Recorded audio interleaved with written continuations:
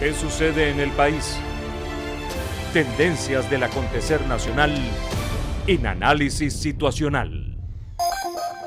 Desde el año 2014, Estados Unidos ha impuesto más de 300 medidas coercitivas unilaterales contra Venezuela, dentro de una estrategia de implacable estrangulamiento económico y bloqueo total financiero, que han afectado dramáticamente los derechos humanos de los venezolanos.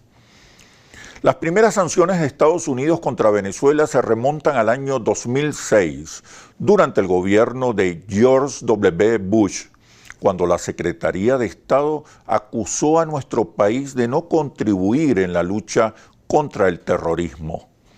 Cuando Barack Obama ocupó la oficina oval, ordenó un nuevo paquete de sanciones a través del decreto presidencial que declaraba a Venezuela como una amenaza extraordinaria para la seguridad nacional y para la política exterior de Estados Unidos. Desde entonces, según la Cancillería venezolana, las medidas contra Venezuela nos han despojado de más de 116.000 millones de dólares, lo que equivale a 6 años de presupuesto nacional.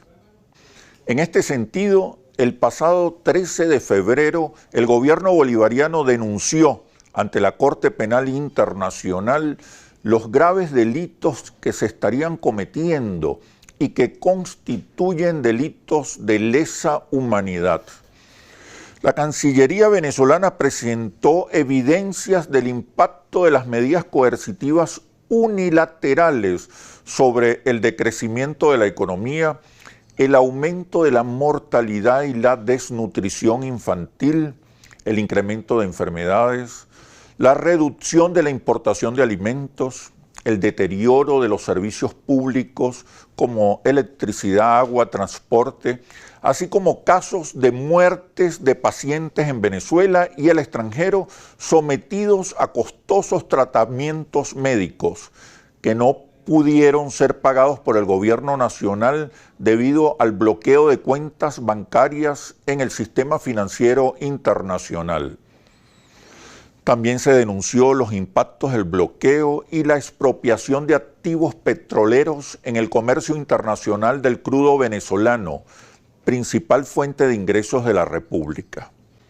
Mientras tanto, la Casa Blanca acentúa la estrategia del colapso económico, el hostigamiento político y la desestabilización socioemocional, en el marco de una guerra de cuarta generación o guerra no convencional contra la revolución bolivariana. Además de las movilizaciones de calle y de las guarimbas que las acompañan, se esperan acciones violentas más sofisticadas, crímenes, sabotajes, desinformación, así como maniobras para fracturar la unidad cívico-militar, entre otras acciones programadas, con el objetivo calculado de derrocar al gobierno del presidente Maduro. Sin embargo, las salidas o soluciones a la crisis profunda que atraviesa Venezuela siguen estando en el tablero geopolítico y requerirán de una fase de diálogo, negociaciones y acuerdos de la mano del chavismo.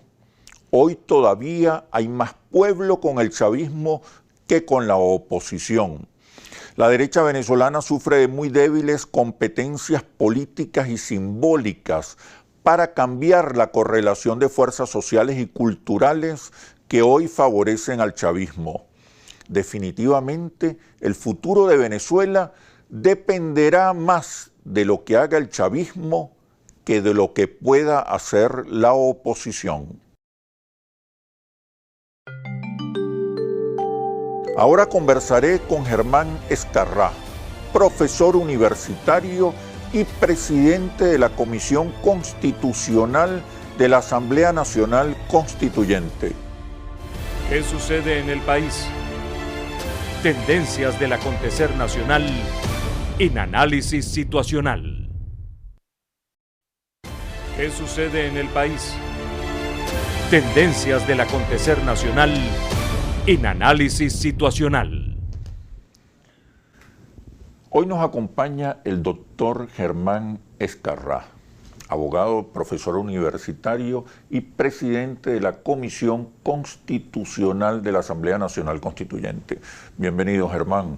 Contento de estar aquí de nuevo y saludarte, Oscar. Siempre es muy grato tenerte por acá. Muchas gracias. Recién regresas de una importante gira por Italia. Te reuniste con instituciones académicas, universitarias, otras personalidades, y también tuviste una corta conversación con Francisco, con el Papa Francisco. Con el Papa Francisco. Sí, ¿Cuáles fueron los objetivos de esta gira? La verdad es que eran invitaciones que se habían acumulado desde el año pasado, y en el momento en que encontramos el tiempo para eso, las iniciamos, y así fue aceptado por los que nos invitaban. La primera parte fue en Nápoles, en la Universidad Federico II el Grande, a donde asistieron también de la Universidad Oriental de Nápoles, así se llama, muy interesantes dirigentes y estudiantes del nivel universitario. Fue muy amplia, te podría decir casi... Hay mucho interés. Sí, muy grande, Venezuela, ¿no? Realmente, al punto que se tuvo que trasladar de un auditorio a uno mucho más grande. Y allí se produjeron intervenciones muy interesantes. Me acompañaron profesores de la Universidad Federico II el Grande y dos magistrados de mucho renombre y de mucho respeto allá en Italia. El tema es el tema de explicar qué es el poder constituyente, la asamblea constituyente, las normas que están previstas en nuestra Constitución, las razones por las que el presidente Nicolás Maduro apela a la Constitución para convocar al proceso constituyente, entre ellas la primera y fundamental, la idea de la paz, entre otras muchas en realidad, tal como está en su decreto de convocatoria. Esto generó pues mucha inquietud académica de los investigadores, hubo preguntas muy interesantes, de las cuales voy a destacar dos. Una, la de un joven, yo no le calculo más de 22 años, o quizás 21 años, de la Facultad de Derecho de esa universidad, que me decía, por favor explíqueme por qué el presidente Maduro no es un dictador. A mí me pareció, ¿qué le respondiste? De todas las preguntas, muy interesante. Además puede servir también para nuestra audiencia. Entonces inmediatamente pasé a explicar, en primer lugar, el número de elecciones en tan corto tiempo, prácticamente una por año. En segundo lugar, o sea, mucha elección democrática. En segundo lugar, el periodo en el que se produce la elección es el periodo en el que tenía que producirse constitucionalmente.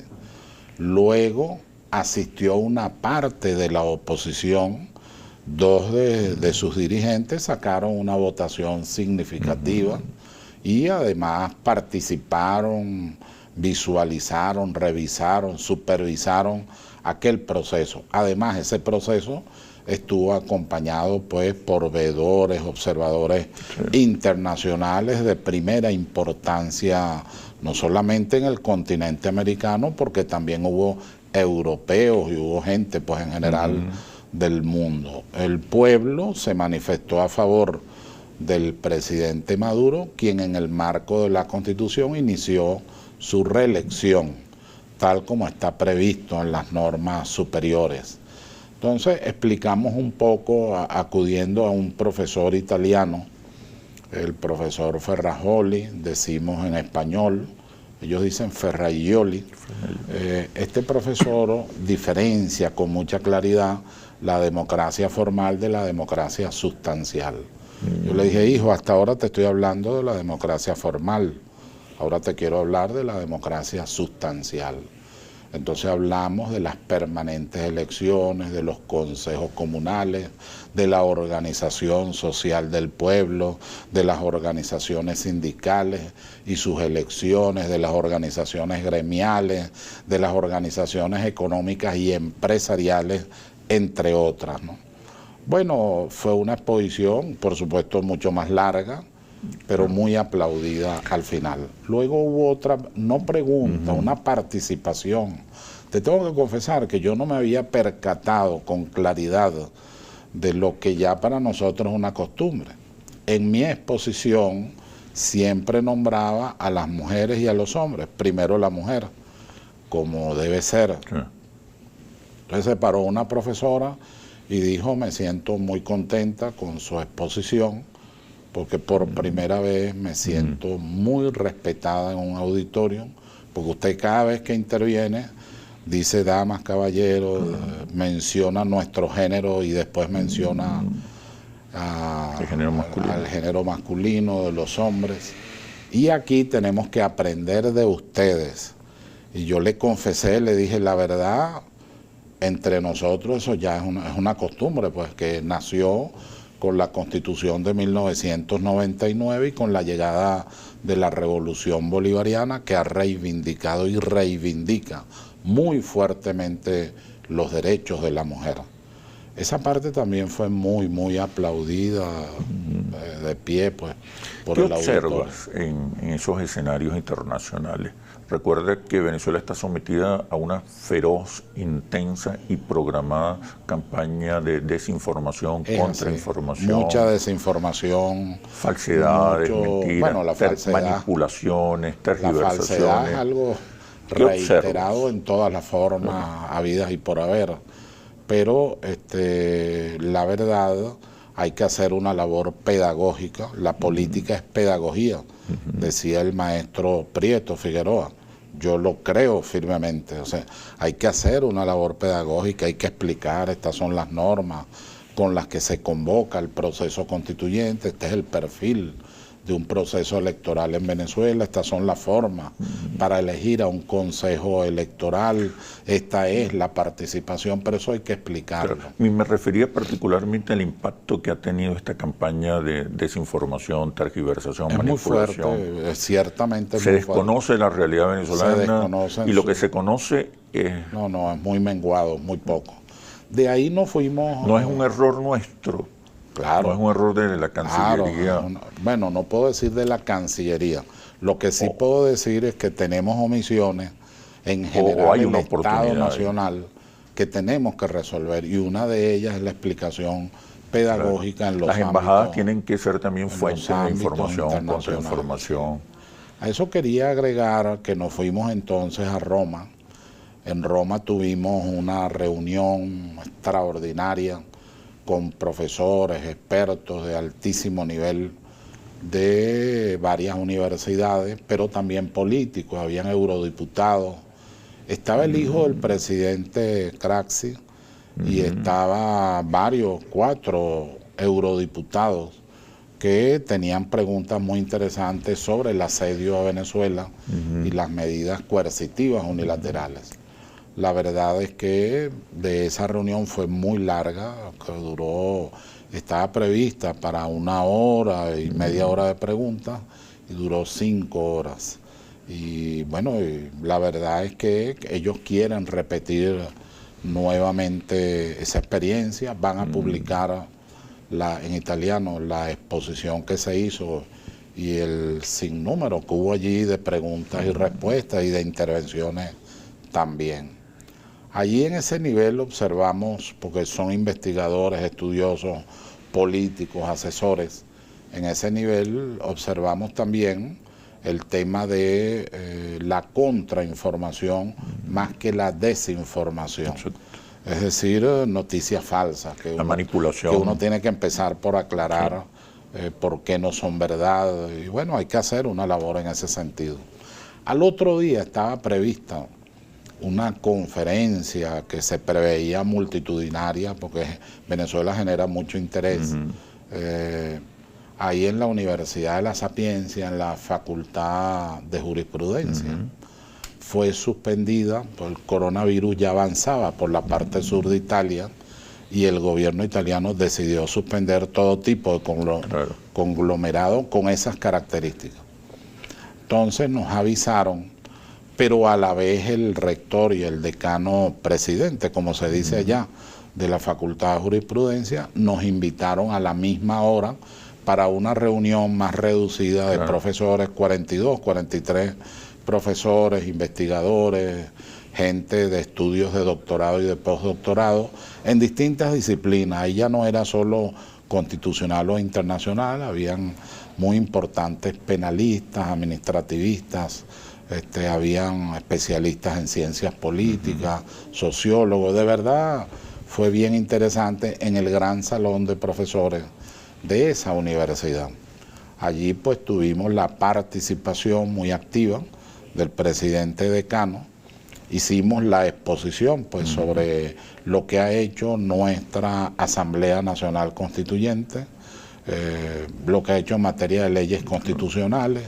Aclaré algunos temas sobre la Asamblea Nacional y la Asamblea Nacional Constituyente, también sobre el régimen parlamentario y el régimen presidencialista en la estructura de los estados, en el derecho comparado. Esto fue de mucho interés para ellos y al final, cuando ya me estaba despidiendo, el presidente decano, oye, me hace un obsequio de verdad interesantísimo y me dice, doctor, yo quisiera que transmita al gobierno que nosotros ofrecemos becas, sí, pero a estudiantes de cuarto nivel, o sea, ya graduados. Bueno. Nosotros nos gustaría que profundizaran con nosotros nuestros estudios e investigaciones sobre la cultura y el derecho romano, pero también sobre el derecho constitucional, el derecho internacional. En cualquier caso, hay un enorme interés sobre Venezuela. Mucho. Pero hay mucha desinformación. No me traje la foto, lamentablemente, pero yo fui recibido con una enorme bandera de Venezuela a las puertas de la Facultad de Jurisprudencia, con profesores, alumnos en las escaleras, pero la bandera era inmensa. Aquello, por supuesto, te genera una emoción porque no eres tú, es Venezuela, realmente. Tú lo que tienes que hacer es un esfuerzo de hacer las cosas lo mejor posible, porque estás representando a Venezuela de alguna manera. Tenemos que ir a comerciales. Ahora quiero que me comentes acerca de ese breve encuentro que tuviste con el Papa Francisco. Okay. Ya venimos. ¿Qué sucede en el país? Tendencias del acontecer nacional en análisis situacional. ¿Qué sucede en el país?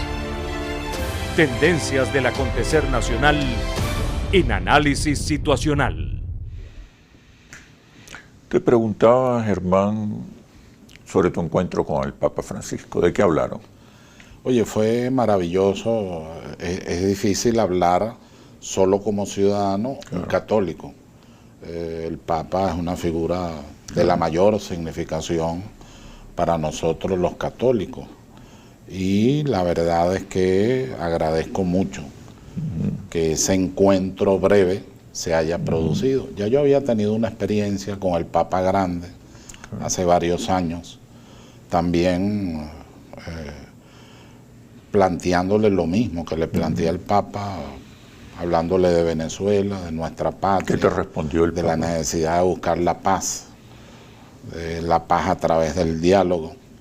Lo que por lo demás ha repetido mucho el Papa Francisco, incluso en uno de sus escritos que se llama La alegría del Evangelio. Él ahí trata casualmente ese tema de lograr la paz a través del diálogo. Y él, además de decirme que conoce por lo que estamos pasando, me dijo, pero yo rezo por ustedes mucho, muchísimo. Y te reiteró la posición del Vaticano a favor del diálogo. Sí. Y de una salida pacífica. Ahí tuvo un gesto bellísimo. Democrática.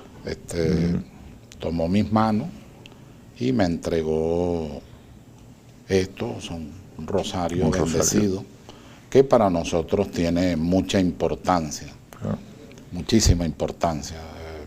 Nosotros nos formamos con una madre que rezaba todos los días el rosario. Por lo tanto, la significación... ¿Estás rezando todos los días? Es muy especial. Yo todos los días hago oración, no con el rosario, pero sí la hago. Y me encomiendo a Dios cada vez que voy a salir. Eso no quiere decir que esté libre de pecado, ni nada que se le parezca. Pecador. Un gran pecador. Mira, después del Vaticano, Tú sabes que hubo un chiste, tú sabes que la oposición es muy jocosa, ¿eh? claro, Y yo, divertida. y yo a veces me río, ¿no? Pues digo, oye, de verdad que nosotros somos muy La particulares. oposición parece un chiste de gallegos. Entonces, dijeron que, porque además ocurrió, la verdad es que tenían razón en el chiste, ¿no? Porque ocurre que esa noche, estoy hablando horas de allá, el padre aparece estornudando y dejó de salir en público, creo que 2 o 3 días, pero era una gripe, pues normal. Pero claro, el peso psicológico del tema del virus El coronavirus. del coronavirus fue fuerte. Entonces la oposición comenzó a decir que era que cuando yo fui a abrazar y tocar al Papa, le pegué a él y al Vaticano el coronavirus. Eso me causó pues muchísima gracia en su forma de interpretar las cosas. Tú sabes que quiero aclararte, fíjate, un político de hoy que busque un ícono ético y moral probablemente se confunde. Tú tienes en el liderazgo mundial, aunque no nos guste, tienes a Trump. Bueno, hay un sector de la oposición que sigue a Trump. Tienes al secretario general de las Naciones Unidas, que en razón de su cargo está obligado a ser un líder mundial para la paz, para la seguridad internacional. Hay quien no tiene a nadie. Y hay quienes tenemos al Papa, quienes seguimos su mensaje, su visión, su manera. Entonces él es el líder fundamental para nosotros. Ya te estoy hablando no como el católico, te estoy hablando del ciudadano político que ve un liderazgo, que ve un mensaje de paz, de concordia, de humanidad, de justicia social, que ha mantenido de manera invariable la Iglesia católica. Y esto lo digo, pues, por supuesto, con un sentido muy amplio de la interpretación religiosa. Yo mañana o creo que es mañana es jueves, no, mañana es lunes. La próxima semana, después del lunes, yo me voy a encontrar con la reunión ecuménica de los evangélicos y de otras religiones que van a hacer una entrega de proyectos a la Constitución para, bueno, leyes constitucionales, pero también para normas constitucionales. Y en ese sentido, nuestra posición es de total y absoluta amplitud, no está de ninguna manera en una actitud, digamos, excluyente porque seas católico, ¿no? Por el contrario, es una actitud más bien de entendernos y de buscar resolver en el marco de la Constitución y del proceso constituyente todo lo que tiene que ver con la paz. Después estuviste en La Habana. Sí, el regreso era a La Habana porque había que concretar unas invitaciones y verificar bien lo que se espera de nosotros. Es en el mes de abril y es con el Instituto de Relaciones Exteriores, una reunión internacional. Me correspondería exponer no solo la defensa de nuestro proceso constituyente, sino los logros. ¿Cuáles son los logros del proceso constituyente? O sea, tu visita a La Habana tiene más bien un carácter académico. Luego, sí, estrictamente académico. Y luego tengo que dar 2 clases en el doctorado en constitucional de la Universidad de La Habana. Ahí hay profesores de España, de Europa, hay un vasco muy interesante que trabaja mucho el tema nuestro y seguramente me acompañará en las exposiciones que tenga que hacer allá. Mira, hace unos días la Cancillería venezolana acudió a la Corte Penal Internacional para denunciar las medidas coercitivas unilaterales contra Venezuela como crímenes de lesa humanidad. ¿En qué consiste este proceso que se inicia? Bueno, es un paso que había que dar. Yo desde hace tiempo he venido de alguna manera señalando que Venezuela tiene que demandar, tiene que actuar en el ámbito de lo jurídico, tiene que expresar bueno, el enorme daño que estos crímenes están haciendo. Se tomó el camino, yo había pensado era en la Corte Internacional de Justicia, pero seguramente con mejor criterio la Cancillería se fue por la vía del Estatuto de Roma, creación del Tribunal Penal Internacional.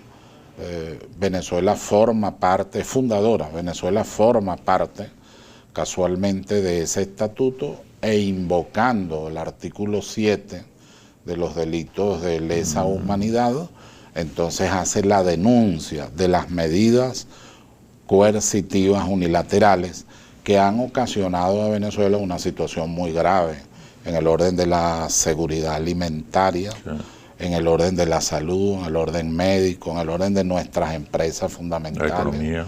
La verdad es que nuestra empresa PDVSA parece un Prometeo encadenado, para decirlo con esa figura. De verdad es extremadamente grave. Hemos tenido la suerte, por decirlo así, histórica, de un gran país, de un gran pueblo, con una enorme, gigantesca capacidad de resistencia, de un presidente con una visión estratégica de la conducción política del Estado en una situación de asedio, de una Fuerza Armada Nacional Bolivariana en ese mismo objeto de defender a Venezuela y de hacerlo con mucha inteligencia estratégica, y también de sectores, sobre todo la mayoría vinculados a la Alianza Bolivariana, a los distintos partidos de la Alianza Bolivariana y al proceso y asamblea constituyente.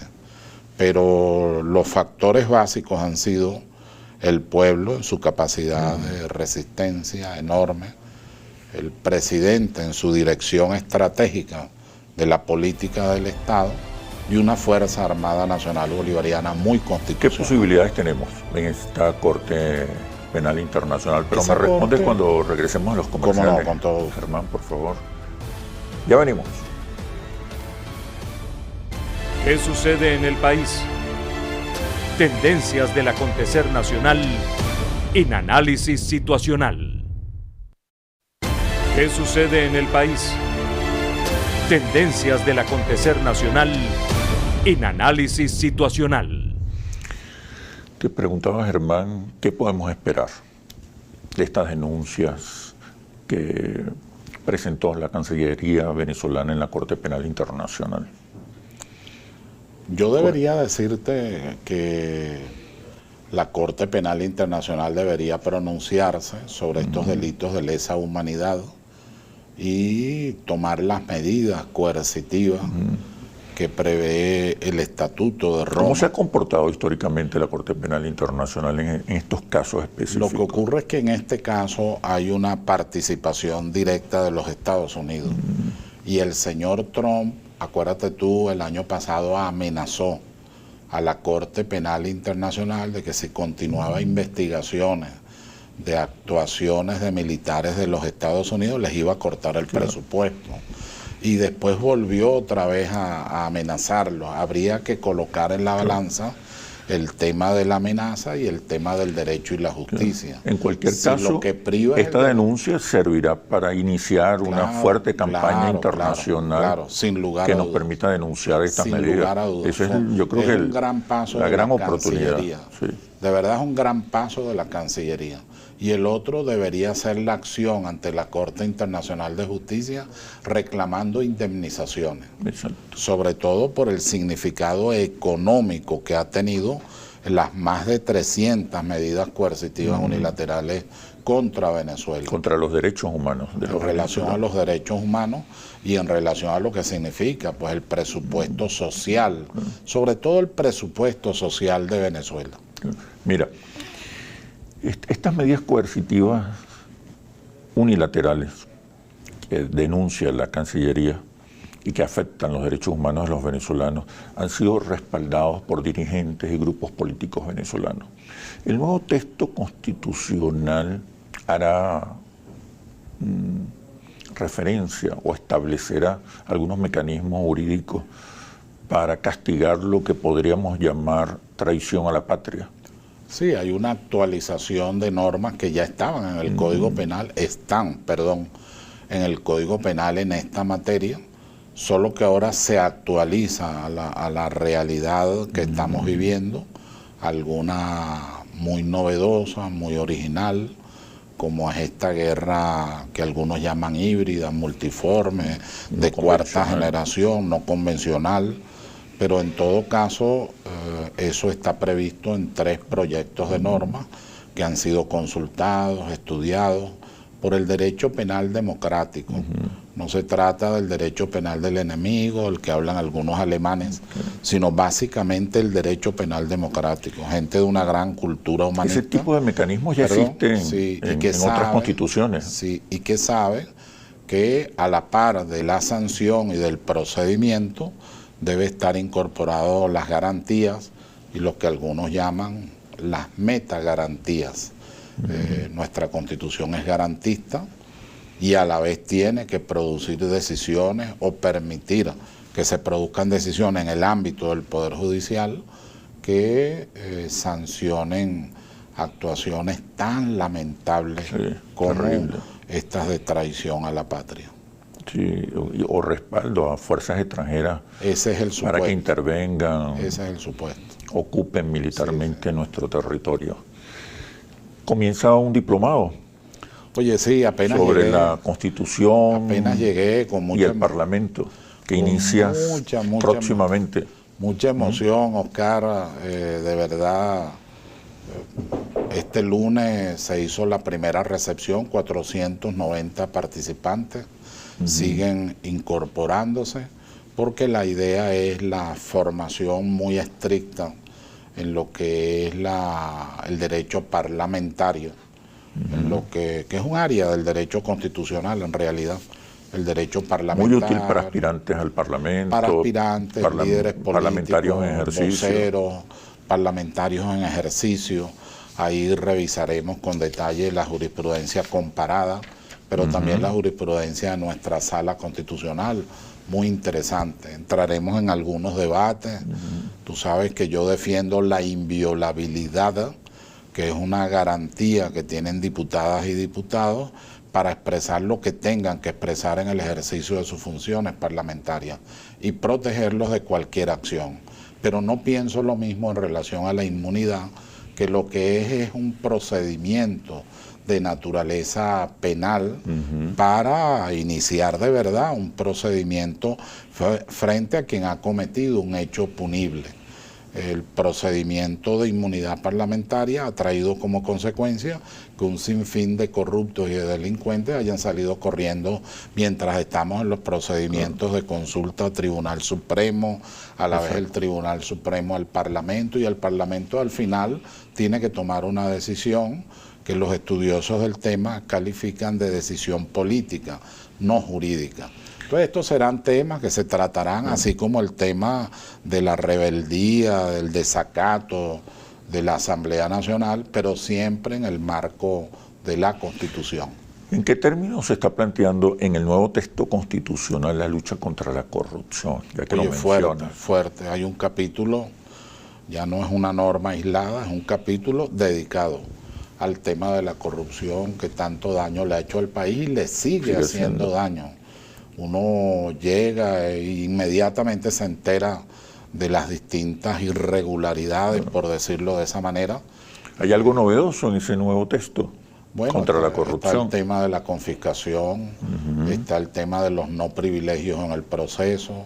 Es decir, hay una serie de... El castigo es mucho más severo. Hay un endurecimiento realmente en el tema de la corrupción. Claro está, no soy de los que cree que todo se resuelve con la norma constitucional. Tiene que haber educación, tiene que haber formación, tiene que haber de alguna manera exaltación de los valores.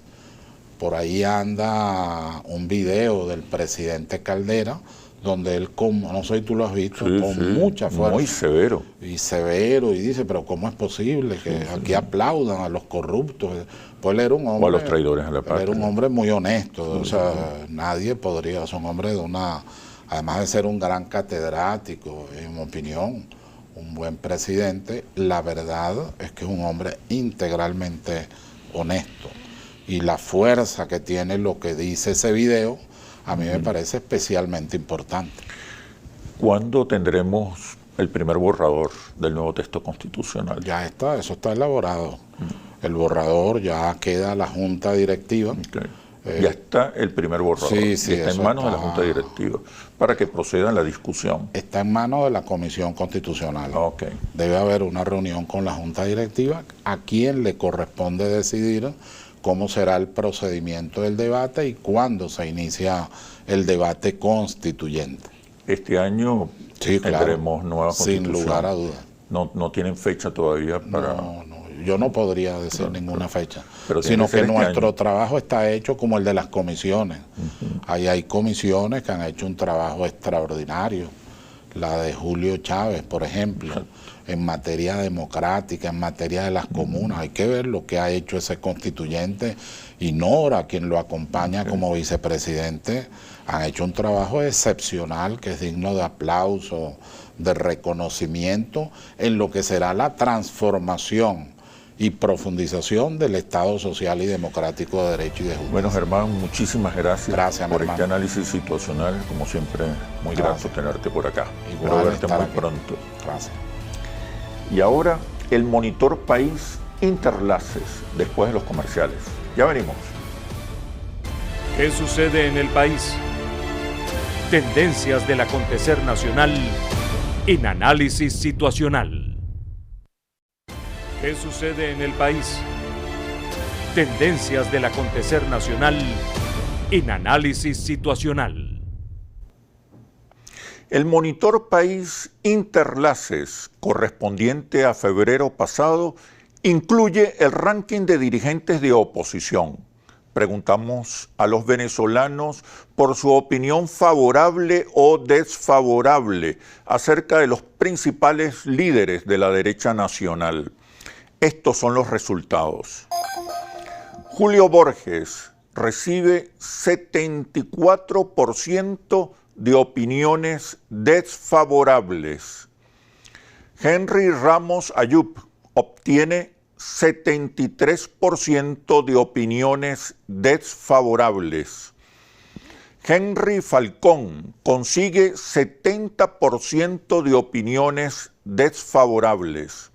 Leopoldo López y Enrique Capriles obtienen cada uno 64% de opiniones desfavorables. Juan Guaidó recibe 59% de opiniones desfavorables y María Corina Machado recibe 58% de opiniones desfavorables. 56% de los venezolanos opina que la principal causa de los problemas económicos del país son las políticas económicas del gobierno, mientras 41% considera que son las sanciones económicas de Estados Unidos. 81% está en desacuerdo con que Estados Unidos aplique sanciones económicas y financieras contra Venezuela para sacar al presidente Maduro del poder. 82% considera que las sanciones económicas afectan más a todos los venezolanos, mientras que 17% opina que afectan más a los funcionarios del gobierno. Según la Cancillería venezolana, desde el año 2014, Estados Unidos ha impuesto más de 300 medidas coercitivas unilaterales que han despojado a nuestro país de más de 116.000 millones de dólares, lo que equivale a 6 años de presupuesto nacional. Analistas políticos en Estados Unidos vislumbran que en un futuro cercano es inevitable un cambio político en ese país, con lo que se cerraría el ciclo neoliberal y se impulsarían reformas progresistas. Si no se produce en las próximas elecciones, será impostergable en el siguiente periodo electoral. De igual forma, se pronostica que América Latina se mueva hacia la centroizquierda o hacia gobiernos socialdemócratas y progresistas. La derecha continuará perdiendo terreno, pues sus tradicionales recetas neoliberales ya no convocan ni movilizan a los ciudadanos. En lo que va del año 2020 han ocurrido 3 masacres contra ciudadanos norteamericanos, con un trágico saldo de 12 muertos. Según Bernie Sanders, la Asociación Nacional del Rifle, considerada como el lobby más grande de Estados Unidos, financia a una importante cantidad de congresistas, lo que impide que se frene la violencia por armas en ese país. La paz no solo consiste en poner fin a la violencia o a la guerra, sino a todos los demás factores que amenazan la paz, como la discriminación, la desigualdad y la pobreza.